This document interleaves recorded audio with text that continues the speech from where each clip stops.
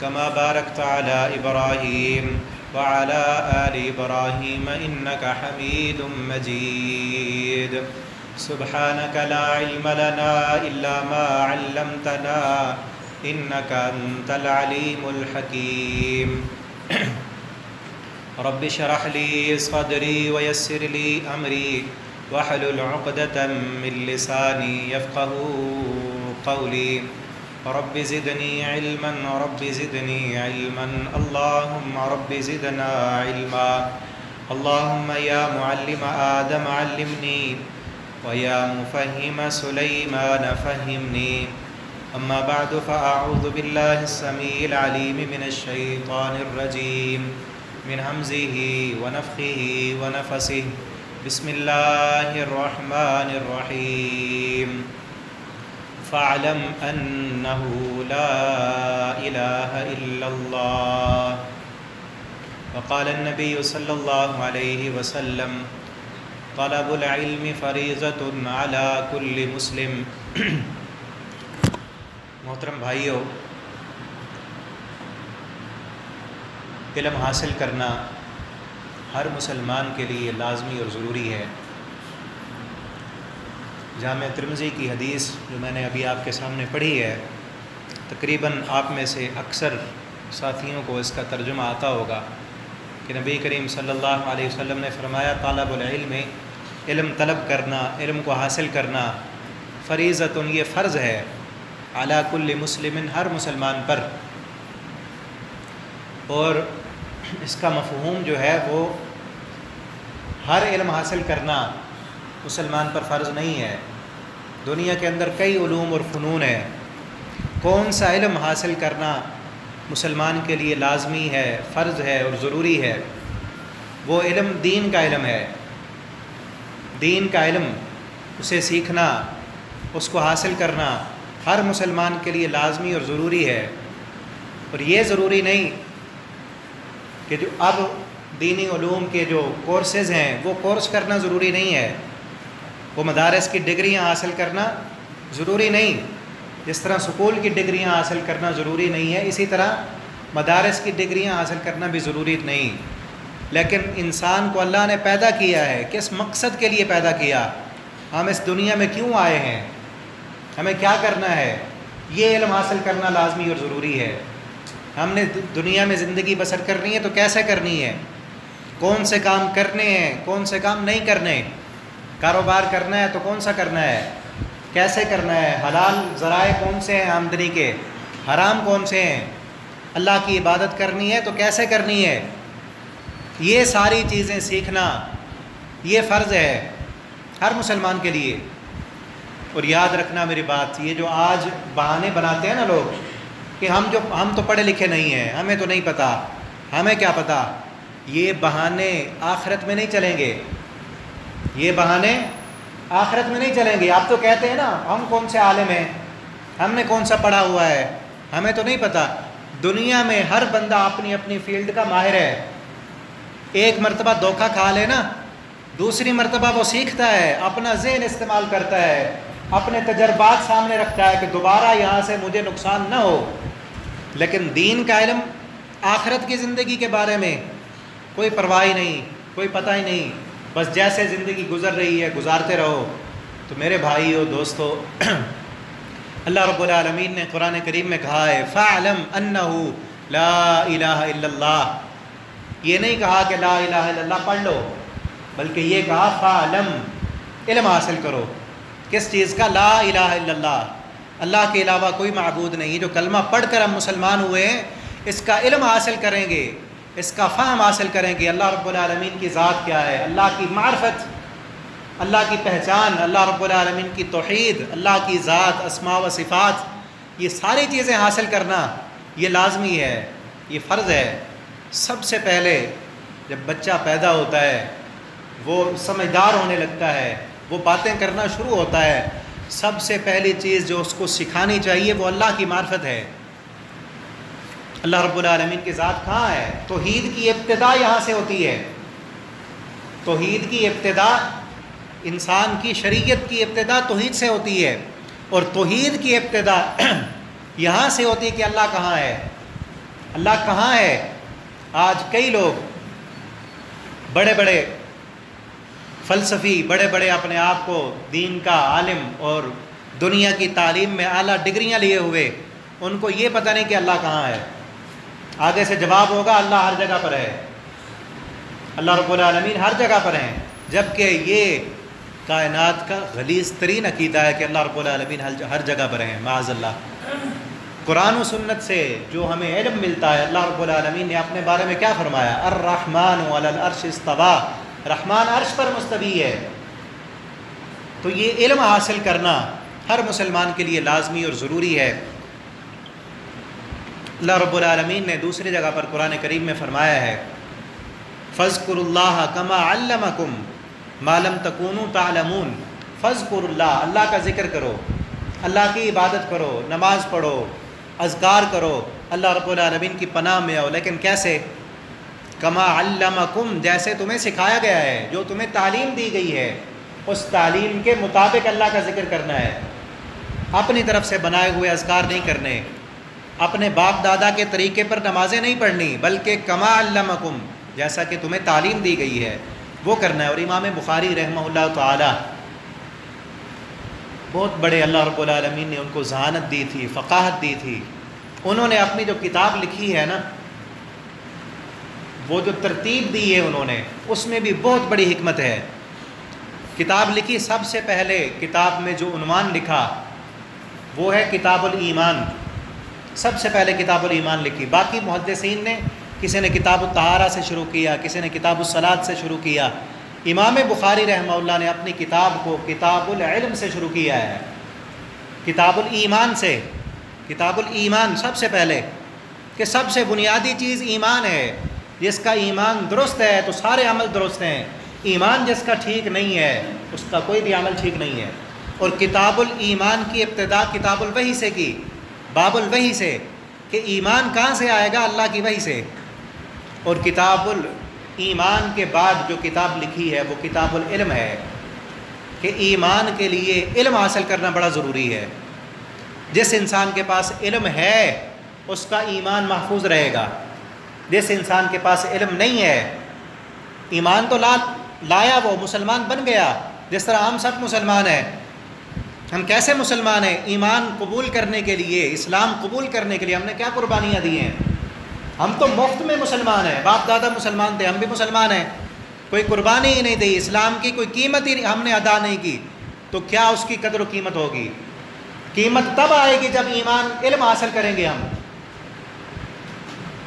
اور پھر اس کتاب میں امام بخاری نے جو کتاب لکھی کتاب العلم، اس کتاب میں جو سب سے پہلا باب لکھا ہے اس باب کا نام ہے باب القول قبل العمل، باب العلم قبل القول والعمل، کہ علم حاصل کرنا بولنے اور عمل کرنے سے پہلے۔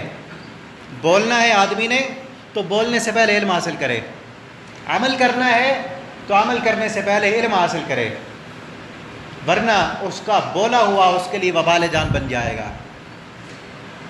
اور مثال دی ہے امام بخاری نے، آپ نے واقعہ سنا ہوگا، ایک بندے نے 99 قتل کر لیے، صحیح البخاری میں کئی جگہ پر یہ حدیث ہے، 99 بندے قتل کیے، اور ایک عالم کے پاس گیا، علم پورا نہیں تھا، عالم تھا لیکن علم میں پختگی نہیں تھی، اس سے مسئلہ پوچھا کہ 99 بندے میں نے قتل کیے ہیں، اللہ کا من توبہ، کیا میری کوئی توبہ ہے؟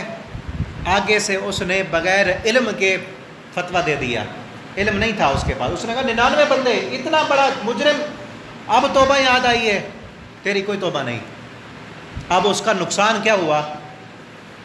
بغیر علم کے بولنے کا نقصان دنیا میں یہی ہوا کہ وہ تو پہلے سے اس کا جو ہے گناہ کی جو حیبت ہوتی وہ تو اتری ہوئی تھی، 99 بندے قتل کیے ہوئے تھے، ایک اور کرنا اس کے لیے کون سی بڑی بات تھی؟ اس نے اس عالم کو بھی مار دیا۔ دنیا میں بغیر علم کے بولنے کا نقصان یہ ہوا کہ زندگی سے ہاتھ دھو بیٹھا، اب دوبارہ اس کو پھر اس گناہ گار کو شرمندگی ہوئی، پشیمانی ہوئی کہ میں نے یہ کیا کر دیا، ایک اور قتل کر دیا۔ اس نے پھر لوگوں سے پوچھا ہمارے اس علاقے میں سب سے بڑا جو عالم ہو اس کے بارے میں بتاؤ۔ لوگوں نے بتایا کہ فلاں جگہ پہ جاؤ، وہ بڑا عالم ہے۔ اس نے اب علم کی بنیاد پر فتویٰ دیا کہ تیرے گناہ ہیں، لیکن اللہ رب العالمین فرماتے ہیں ان رحمتی وسعت کل شیء، اللہ کی رحمت پوری کائنات میں ہر چیز سے زیادہ ہے۔ اللہ کی رحمت سے تو چھوٹے ہیں نا گناہ جتنے بھی زیادہ ہیں، لیکن اللہ کی رحمت پوری کائنات سے بڑی ہے، تو تیرے گناہ تھوڑے ہیں، تجھے معافی مل سکتی ہے۔ تو لہٰذا انسان کو بولنے سے پہلے علم حاصل کرنا چاہیے اور عمل کرنا ہے، عمل کرنا ہے۔ نماز پڑھنی ہے تو پہلے علم حاصل کرو کہ نماز کیسے پڑھیں، کیسے نماز پڑھیں۔ رسول اللہ صلی اللہ علیہ وسلم نے فرمایا کہ صلو کما رأیتمونی اصلی، نماز ویسے پڑھو جیسے مجھے پڑھتے ہوئے دیکھا ہے۔ آپ نے کاروبار کرنا ہے، کاروبار کرنے سے پہلے علم حاصل کرو۔ آپ نے معاملات کرنے ہیں، شادی کرنی ہے، خوشی ہے، غمی ہے، آپ کی معیشت ہے، معاشرت ہے، سیاست ہے، ہر میدان میں، زندگی کے ہر میدان میں اسلام نے رہنمائی دی ہے۔ اس رہنمائی کو حاصل کر کے زندگی بسر کرنا ہر مسلمان کے لیے لازمی اور ضروری ہے، ورنہ جو لوگ جہنم میں جائیں گے نا، اللہ رب العالمین نے ان کا نقشہ کھینچا ہے، وہ جہنم میں جا کر کیا کہیں گے؟ حسرت اور ندامت کرتے ہوئے کہیں گے وَقَالُوا لَوْ كُنَّا نَسْمَعُ أَوْ نَعْقِلُ مَا كُنَّا فِي أَصْحَابِ السَّعِيرِ۔ یہ سورۃ الملک ہے، سورۃ الملک کی آیت ہے، اور سورۃ الملک وہ سورت ہے جس کو پیارے پیغمبر صلی اللہ علیہ وسلم رات کو سونے سے پہلے پڑھ کے سویا کرتے تھے۔ یہ کیوں پڑھ کے سونی ہے؟ اس کے اندر کچھ ایسے پیغامات ہیں جن کو روزانہ یاد کرنا ہے۔ رات کو سوتے ہوئے یہ سورت پڑھ کے سونی ہے، اور اس کے اندر جو چیزیں اللہ نے بتائی ہیں ان کو یاد کر کے سونا ہے۔ تو اس میں یہ آیت بھی ہے، جہنم میں جہنمی کیا کہیں گے؟ لو کننا نسمع، کاش دنیا میں ہم سنتے، او نعقل، سمجھتے، ہم علم حاصل کرتے، ہم کچھ پڑھ لیتے، ہمیں پتہ ہوتا، ما کننا فی اصحاب السعیر، تو ہم جہنم میں نہ جاتے۔ آج دنیا میں تو بہانے ہیں نا، ہمیں کیا پتہ۔ تو میرے بھائی اور دوستو، علم حاصل کرو، قرآن کو ترجمے کے ساتھ پڑھو۔ قرآن کو یہ مت کہو کہ اب تو عمر چلی گئی، اب عمر چلی گئی۔ قرآن اصل جو آخری عمر میں سمجھ آتا ہے نا، وہ چھوٹی عمر میں سمجھ نہیں آ سکتا، کیونکہ انسان نے پوری زندگی اپنی گزار لی ہوتی ہے، اور پھر جب وہ غور و فکر کرتا ہے قرآن کے ترجمے پر کہ اللہ نے قرآن میں کیا کہا ہے، اس کو اپنی پوری زندگی کے تجربات میں جیسے قرآن سمجھ آتا ہے، نوجوان کو ویسے سمجھ آ ہی نہیں سکتا۔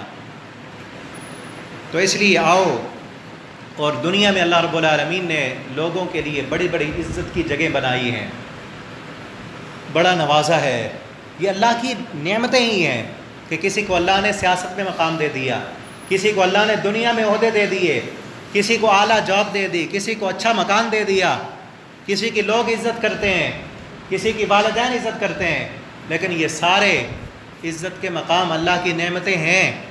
یہ نعمتیں اللہ کی کافروں پر بھی ہیں، یہ نعمت اللہ کی، اللہ نے کافروں کو مسلمانوں کے مقابلے میں بہت نوازا ہے۔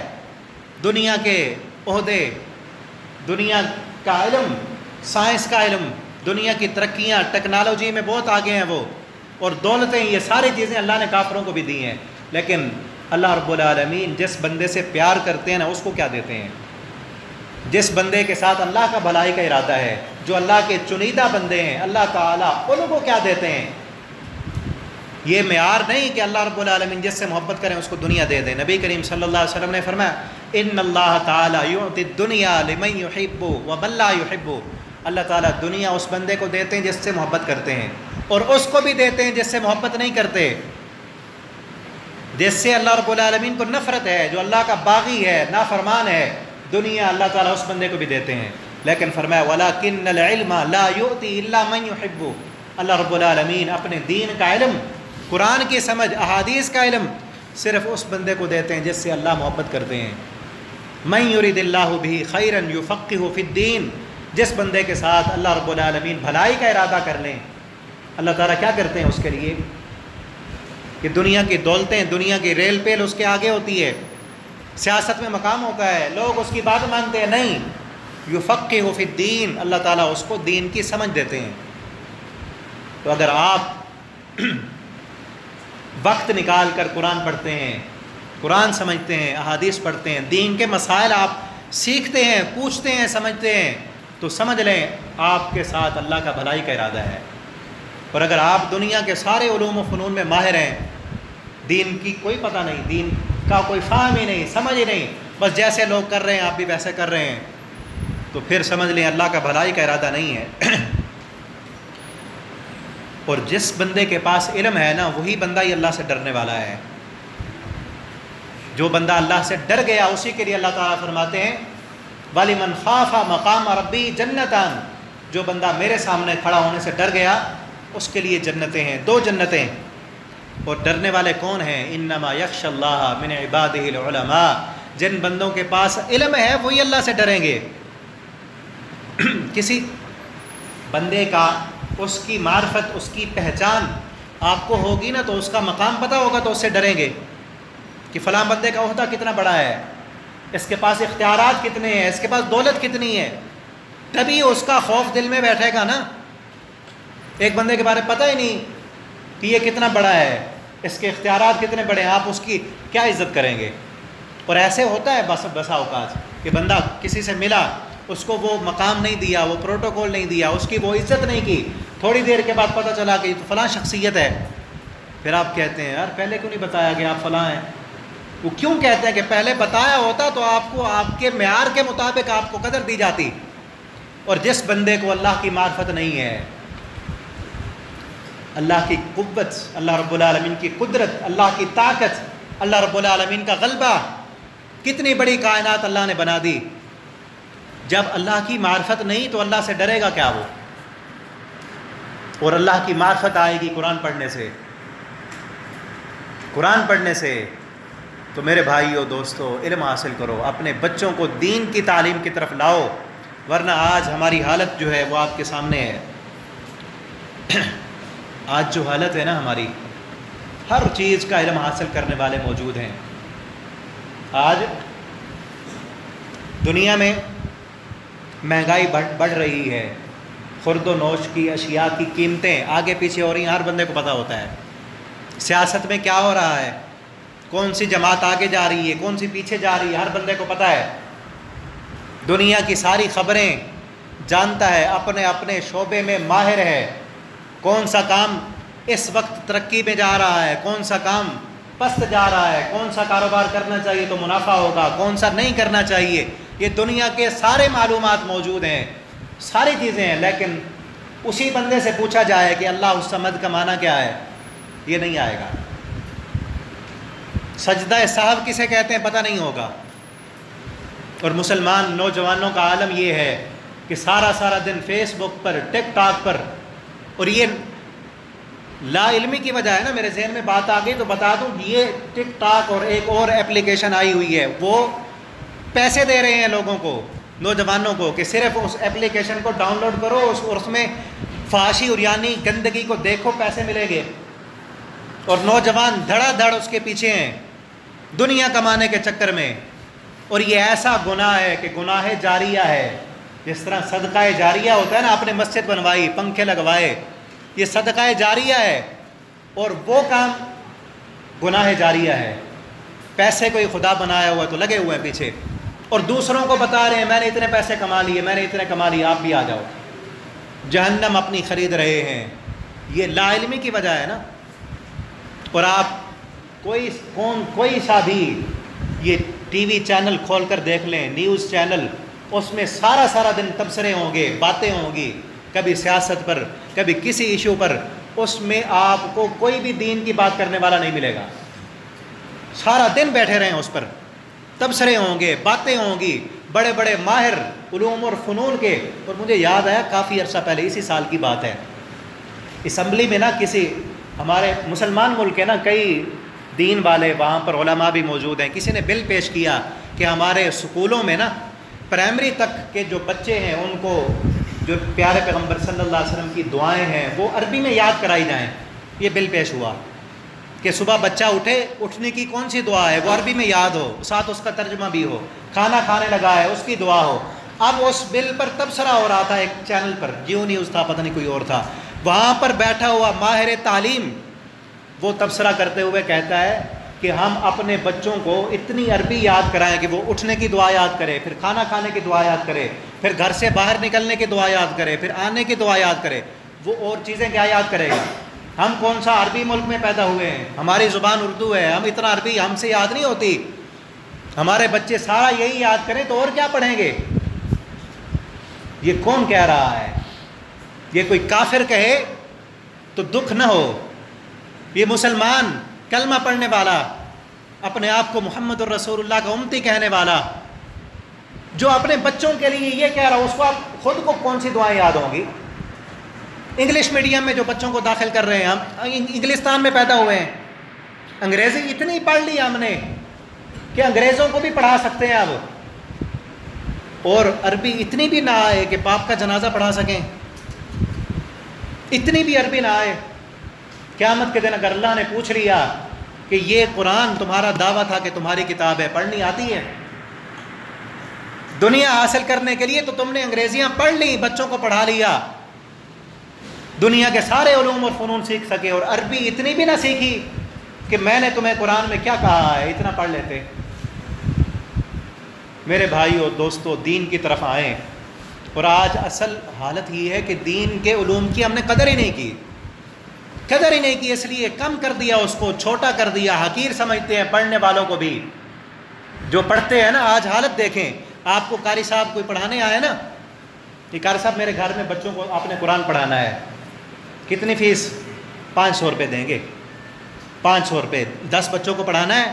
وہ قاری صاحب بیچارہ سائیکل پر گرمی میں، شدید گرمی میں آ رہا ہے، اور اس کے مقابلے میں پروفیسر یونیورسٹی کا، کالج کا ایک سبجیکٹ پڑھانا ہے. آگے سے وہ کہتا ہے 20,000 لوں گا.